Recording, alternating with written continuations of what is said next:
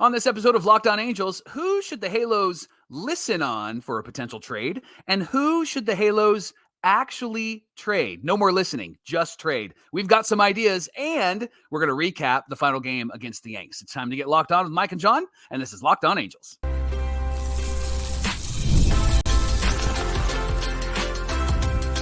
You are Locked On Angels, your daily Los Angeles Angels podcast. Part of the Locked On Podcast Network, your team every day. Thanks for making Locked On Angels your first listen of the day. You can find us anywhere you get your podcasts, including Apple Podcasts, Spotify, and SiriusXM by searching Locked On Angels. And if you'd like to get back to the Super Halo Bros for all the Super Halo content, here's some things that you can do. Leave us a rate and a review on Apple Podcasts if you're watching on YouTube. Hit that thumbs up button. And if you're not subscribed already, what are you waiting for? Time to subscribe and become a Locked On everydayer. And whether you're watching or listening, come over to YouTube, leave a comment. It's one of the best ways to get in touch with us and be a part of the conversation. And today's show is brought to you by our friends at FanDuel. You can make every moment more with FanDuel. And right now, new customers get $150 in bonus bets with any winning $5 bet. That's $150 with any winning $5 bet. Visit FanDuel.com/lockedon to get started. Thank you for being here for this episode of Locked On Angels, where it's your team every day. You've got the Frisch Brothers here with you, a.k.a. the Super Halo Bros. My name is John, and that's my brother Mike. And my name is Mike, and that's my brother John. It's our third season here at Locked On Angels, and we're talking Angels baseball Monday through Friday, every single weekday, all the way through the season. On today's show, we're going to talk about that game against the Yankees last night, but of course, we've got some fun conversations planned for you to start us out on this day. I just got to be able to talk through it. That's all. Listen. We want to talk about the trade deadline. Who should the Halos listen in on? Maybe some names that you might not expect. And who should they definitely be trading on the deadline or before the deadline, around the deadline, Mike? You and I are of the opinion that the closer you get to the deadline, the more desperate teams become. So I imagine we will start to see some movement maybe in about a month or so. My goodness, tomorrow's June. Right. Can you believe it? And then we got about a month. Then July rolls around. We got the All-Star break coming up. This season's moving fast, Mike. It's moving too fast for me. But I think it's important for us to start out with players the Angels should be listening on, and there might be a few surprises here. These four names that we've picked out are the ones the Angels should listen to offers on. Doesn't mean they have to take it, but they should be listening. Look, they might be crucial guys right now, but will they be part of the team when the team is ready to compete? So we picked these four names based on their value, the years they have left, and the timing of when the Angels might be good again. And considering their contracts and considering where the Angels currently stand, they might not fall into the competitive window, so to speak, Mike. So why don't you hit us with that first one? Remember, this is listening. This is just they're listening on these. Listening and looking and listening, right? George Costanza. Okay, so the first name is Taylor Ward. He's a free agent in 2026. He's 30 years old right now. After 2026. 30 years old right now. Johnny, will Taylor have as much value as he does right now? What do you think? Man, you know what? He's 30 years old. And we all know what happens after 30, Mike. And I think this is his prime peak Taylor Ward season. He's got 1.5 years of arbitration left, so that makes him really, really affordable. And there's some teams out there who could use a Taylor Ward on their team. Talk about it. Yeah, so the first is, of course, the Braves. Yeah. And Ronald Acuna is out, unfortunately, and that's tough because it's taken him a while to get back after his first injury. And so last year was kind of like, okay, he's back. Right. And now he's hurt again. Hey, the last time he was out, they won the World Series without him. So sure. Yeah, exactly. But they made a lot of moves to get it done. They made with really good players. Right. Absolutely. So right now they have the 26th ranked minor league system. Yeah, so that's my hesitation there. That is a hesitation. However, it could be similar to the Angels where they have these young guys who are just not ranked very high, but actually have the potential to be really good. Or maybe they're on the major league roster. We haven't followed the Braves that closely. The Mariners, Johnny. Yeah. Their outfield has a WRC plus of 85. Yeah, remember 100 is league average, so they are under, their entire outfield is under league average right now. Not great. Now, they have the 18th ranked minor league system right now, and so that's a little bit better than the Angels and a little bit better than the Braves. How about the Dodgers, John? Yeah. This blows my mind. Their outfield has a WRC plus, weighted runs created plus, also 85. Yeah, well, they moved Mookie to the infield, and Yep. they sent James Outman back down. They've brought up Andy Pages to try to supplement that, and so yes, their outfield is kind of a weak point right now. You almost feel like the top 5 in the Dodgers lineup is fantastic, Yeah. and then 6 through 9 is kind of a black hole, and it Yeah. really and honestly, Will Smith, the catcher, is part of that top 5. He usually bats cleanup, but then Right. sometimes they have to put in, oh gosh, I can't think of the backup catcher right now, but sometimes Will Smith is not in there. Now, they do have Teoscar Hernandez, which has been a nice boon for them, but that WRC plus of 85, remember 100 is league average. They are under league average across the outfield. Yeah. Mike, they have the 8th ranked minor league system. And they've been known for their minor leagues. And so they have a lot of really good potential prospects there, which is why a lot of teams have made trades with the Dodgers, because there's a lot of good potential prospects that you could get for your minor league system and potentially for your major league roster. Mm-hmm. How about the Guardians, Mike? Cleveland has the 19th ranked farm system. Their outfield does have a WRC plus of 102. Okay. But a lot of that is carried by Stephen Kwan, who's currently on the IL. He's got an OPS plus of 161. In fact, he's the only outfielder with an OPS plus over 100. Now, some of the outfielders they do have are Tyler Freeman and Will Brennan. Jonathan Rodriguez, who was just called up, has seen some playing time as well. I think Ward could make a big difference. And then, Mike, this is something I pitched a couple of years ago. I can't remember if it was on Locked On Angels our first season or maybe even Super Halo Bros. How about the Cubs? The Cubs have Seiya Suzuki, of course. They've got Ian Happ out there. And they've got Cody Bellinger as well. But it also seems like they could benefit from maybe a Taylor Ward DH kind of thing. Sure. They have the number 2 ranked system. And I contend that day game Taylor Ward is elite Taylor Ward. And that's what first turned me on to sending Ward to the Cubs at some point. So those are some potential trade partners who could benefit from having Taylor Ward. But again, it really comes down to, I think Ward is going to have the highest peak value that he'll ever have. And I think it's this season. Remember, we're listening. We're looking and listening. All right. So the next name is Lusi Rengifo. Mm-hmm. Now, he's a free agent after 2025. He's 27 years old. And Johnny, can I just say that I'm going to put you in this category. We love Lusi. We love Lusi. Every team needs a utility guy like Rengifo. He's a switch hitter. This has been his best season so far. His OPS is the highest that it's ever been. And that's because he's getting playing time. I know that the narrative is always about how he is a garbage time player, and that's where he adds on his stats. But he's showing so far this season that narrative is starting to change. I seem to recall 2 bozos with a podcast saying that, Rengifo could be really good if he just got consistent playing time. And he only ever shows up in the second half of the season because the injuries don't have. So all the injuries have already happened, Mike. Right. So that means they had to use Rengifo.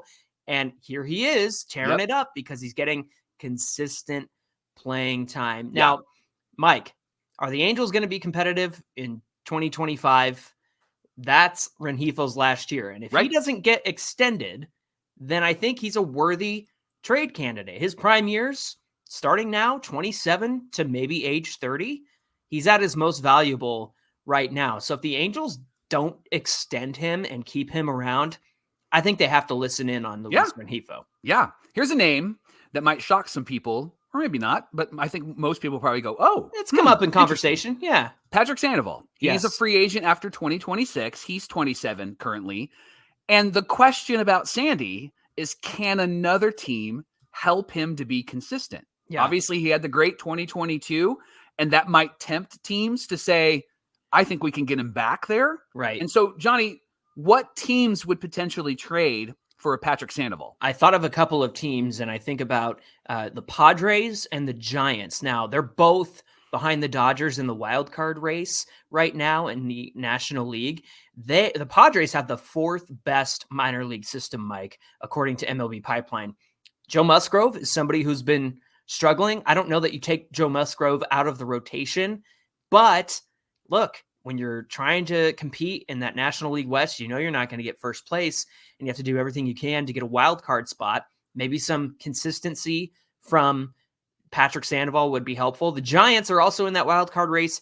They have the 17th ranked system. Their rotation is actually pretty set, except for an injury to Keaton Wynn, who is currently 3-6 with a 6.17 ERA. So maybe Sandoval stabilizes that rotation. The Brewers are also one for consideration. Mike, did you know they have the third best minor league system right now? Wow. They've got a lot of starting pitching that's kind of in flux.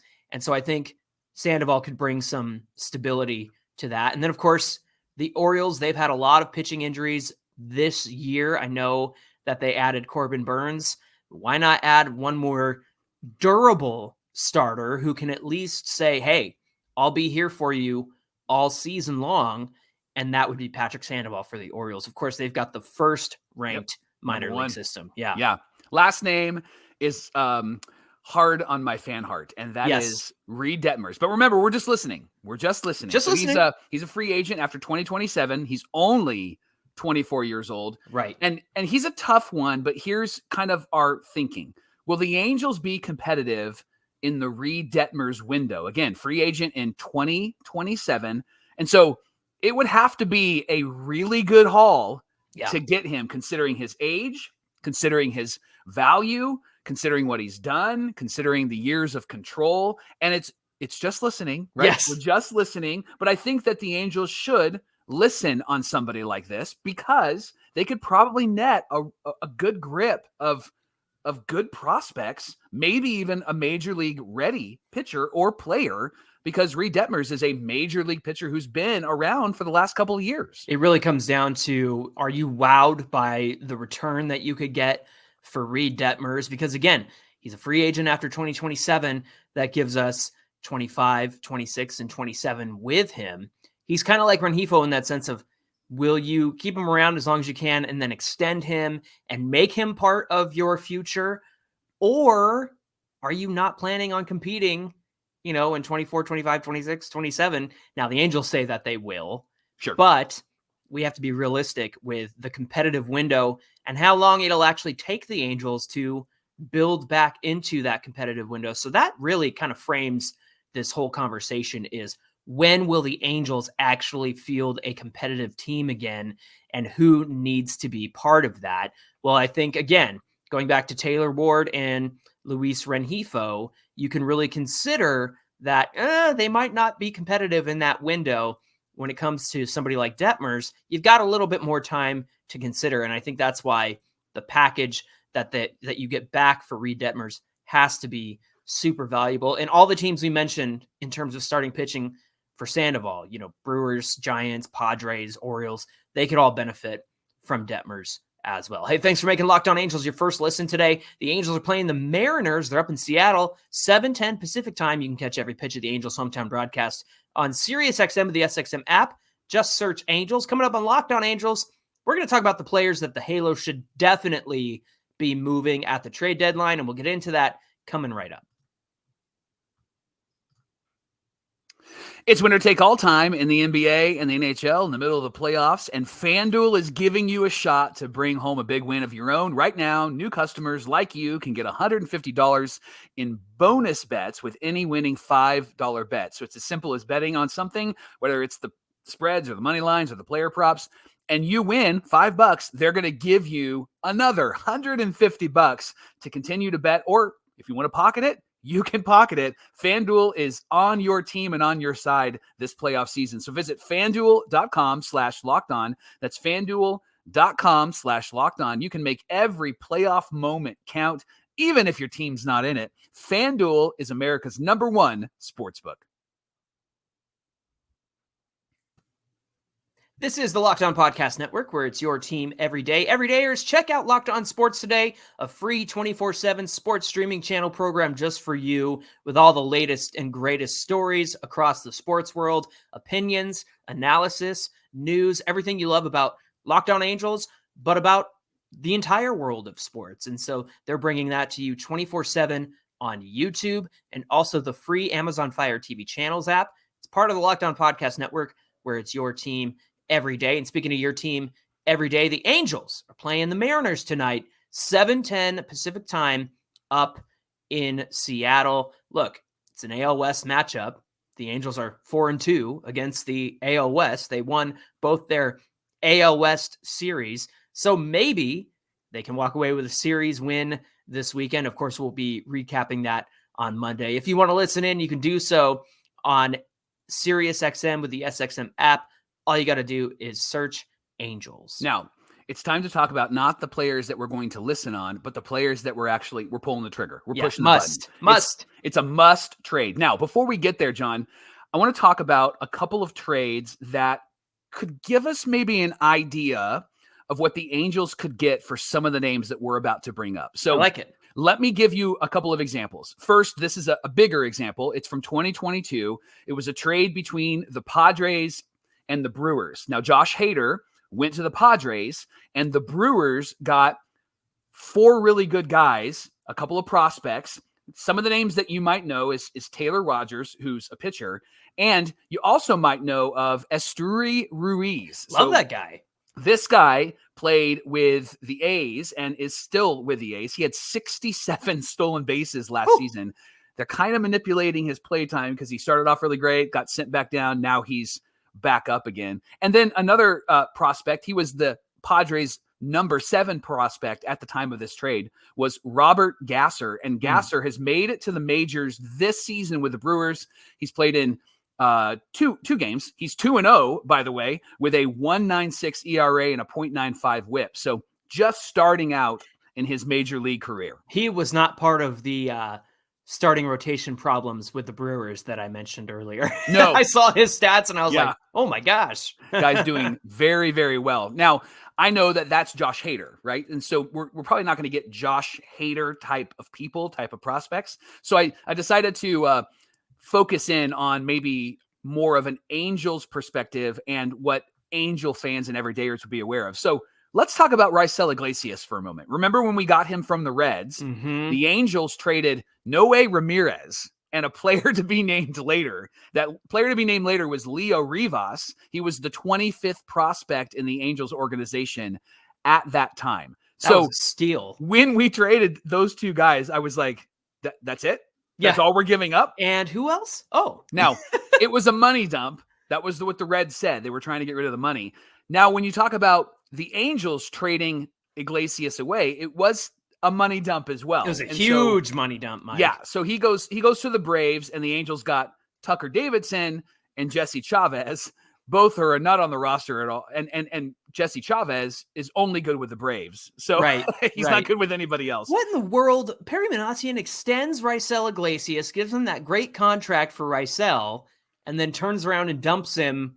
Was that later in the season? He didn't even stay the full season that year. Good grief, man. Yeah. So those 3 trades give us kind of maybe the boundaries that we can set up. Hader is ideal, and then Raisel is probably not the greatest of a deal, but it gives us kind of the boundaries of what could potentially be a get for the Angels. So Johnny, here are the names of the players that you and I think the Angels must trade either before the deadline or at the deadline. Why don't you start with the guy who was on 3 different teams last season, and that's Matt Moore. Poor Matt Moore, man. I mean, look, he understood the business of baseball and knew that it was just business. And so, he ended up with the Angels, the Guardians, and the Marlins. But Matt Moore, man, I think that he can net some pretty good players, maybe a young player, especially as we get closer to the deadline. There are teams out there who are going to need bullpen arms, especially lefty arms, with a proven track record like Matt Moore. Now, I know that he hasn't had the greatest start to his season, but Mike, as we both know and our everydayers know, relievers are super volatile. And so you really have to look at someone's track record to even get a sniff of indication of how good they could be or potentially could be. Right. But I think Matt Moore's track record shows that he is a decent enough reliever to get you something good back. And so if the Angels are going to be in this mode of selling and trying to acquire as good a players as possible, I think Matt Moore has to be at the top of that list. Yeah. Luis Garcia is the second name that's on our list.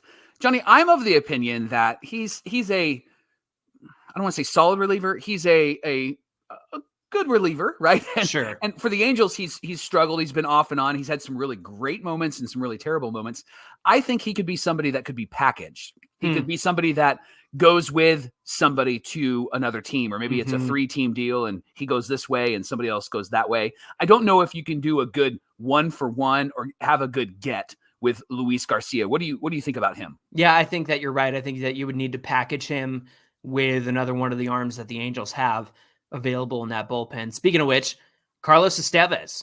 And I know that he's not been the greatest closer this season, going back to the last half of last season, but I don't think that he's going to be a closer for his next team. No. I think it's going to be a situation where he goes to another team and all of a sudden he's thriving and we're all going to go, well, what the heck is wrong with the Angels? Why couldn't Carlos get it together here? Because that's what happened with Raisel Iglesias. Remember, Raisel struggled before he was traded from the Angels, and the Braves used him in the 8th inning. We did a whole deep dive on why is Raisel good with the Braves all of a sudden? Well, it's because of the situations he was pitching in.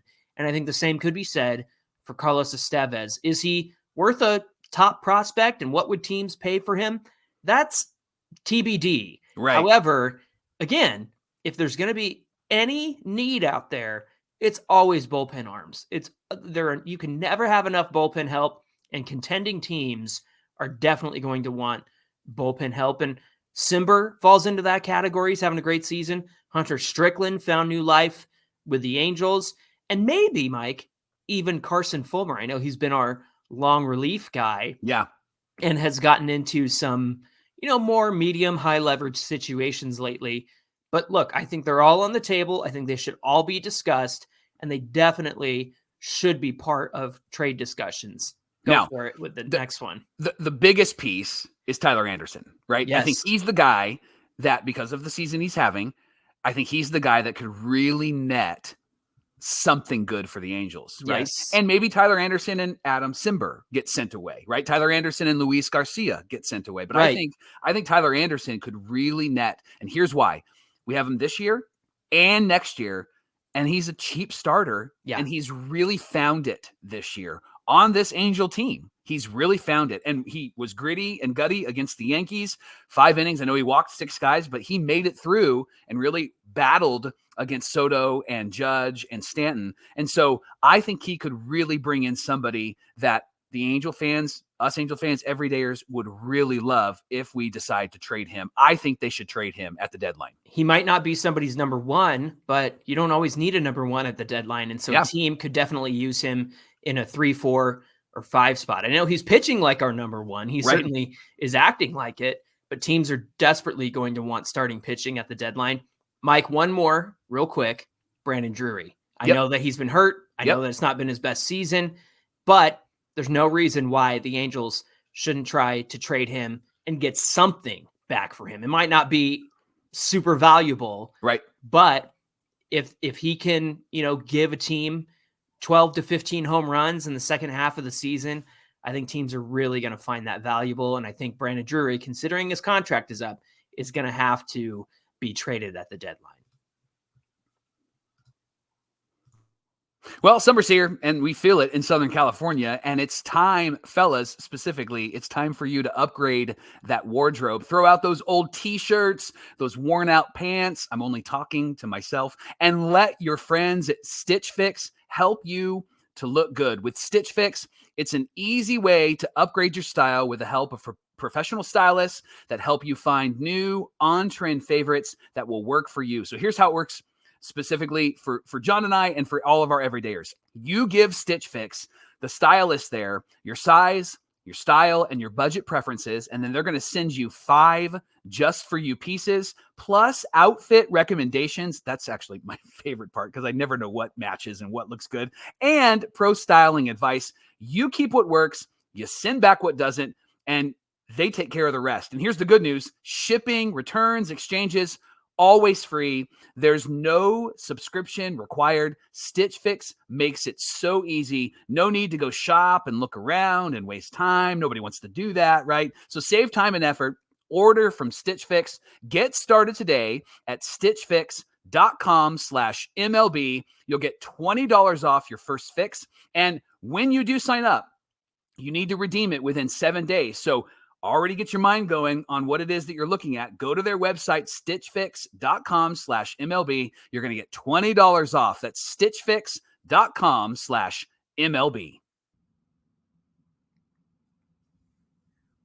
Final segment for Locked On Angels. Let's recap last night's game against the New York Yankees. The Angels lose 8-3. And it was a game where Patrick Sandoval pitched probably one of his best starts in the last few. He went 6 innings, 2 hits, 2 runs, 3 walks, and 7 Ks through 102 pitches. And I felt like he really performed well in this game against a really hard, difficult, Major League Hall of Fame caliber lineup like the New York Yankees. Let me walk you through what happened last night.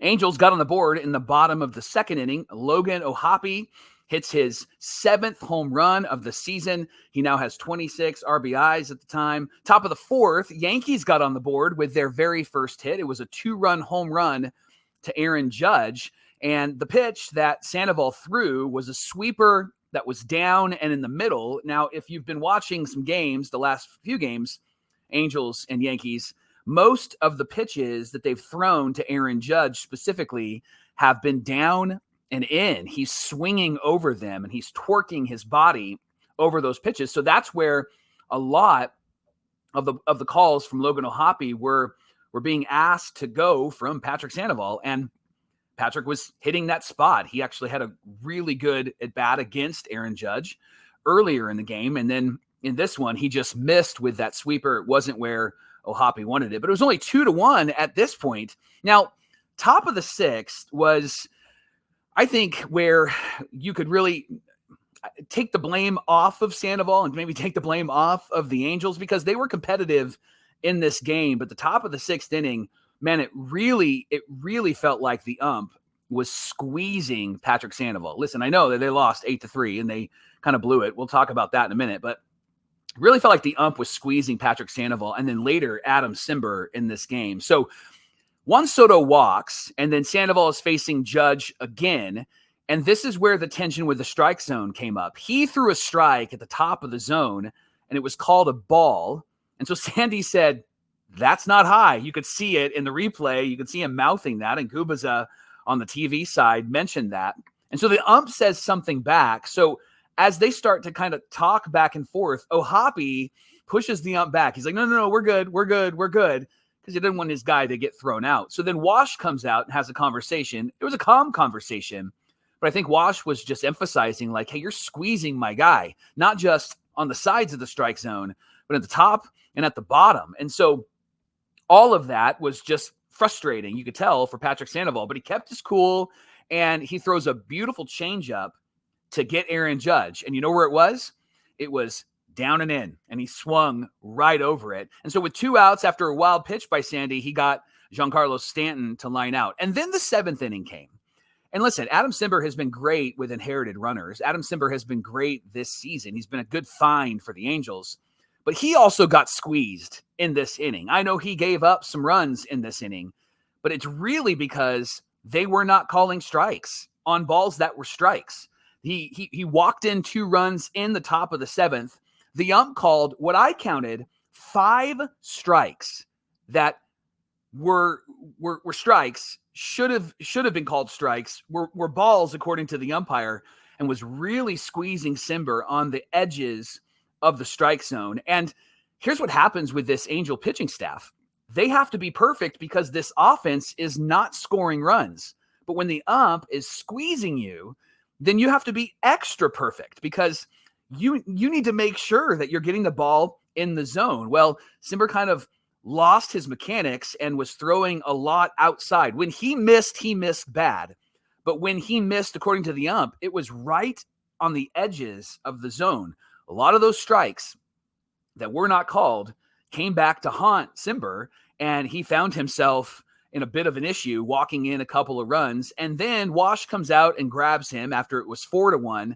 and the bases were loaded. And he brings in Jose Suarez because he doesn't want to win this game or be competitive in this game. And Suarez immediately gives up a bases loaded triple to Juan Soto, which made it 7-1 at that point. Bottom of the seventh, Kevin Pillar comes in. He doubles and knocks in a run. He has a 12-game hitting streak. And then Willie Calhoun comes in, pinch hits, and gets an RBI single. Would have been nice if he did that the night before. That made it 7-3. The Yanks added an 8th run, and they beat the Halos 8-3. The Angels are 21-35. They're 7-21 at home. And it was just a frustrating series because they were in these games. And those two first games were one-run games that the Halos could have won, but they didn't. And then last night's game was close, and it felt like the umpire was working against them. And I know. There's a lot more to it than just the umpire. But when this team's trying to figure out how to win, when they're learning how to win, and you got an umpire that's making it even more difficult, it's frustrating. And so the narrative of we're not ready for robo-umps or we're not ready for the challenge system in the major leagues that Manfred has said recently is frustrating because a lot of those pitches could have been a quick 10 to 15 second call up to the booth, and they would have found out that they were strikes, and it would have been, I think, a different inning for the Angels. But it is the Yankees. They're really good. We move on. We're going to play the AL West today against the Seattle Mariners. And last time I checked, the Angels are pretty good against the West. We've only played 6 games. We're 4-2, so we'll see what they can do against the first place Mariners. Thanks for making Locked On Angels your first listen of the day. Again, the Angels do play those Mariners tonight at 7:10 Pacific time. They are in Seattle, and you can catch every pitch of the Angels' hometown broadcast with SiriusXM on the SXM app. All you got to do is search Angels, and you can follow us on Twitter at Locked On Angels, and you can connect with both John and I on Twitter and Instagram at Super Halo Bros. We'd love to hear from you. We'd love to hear your comments.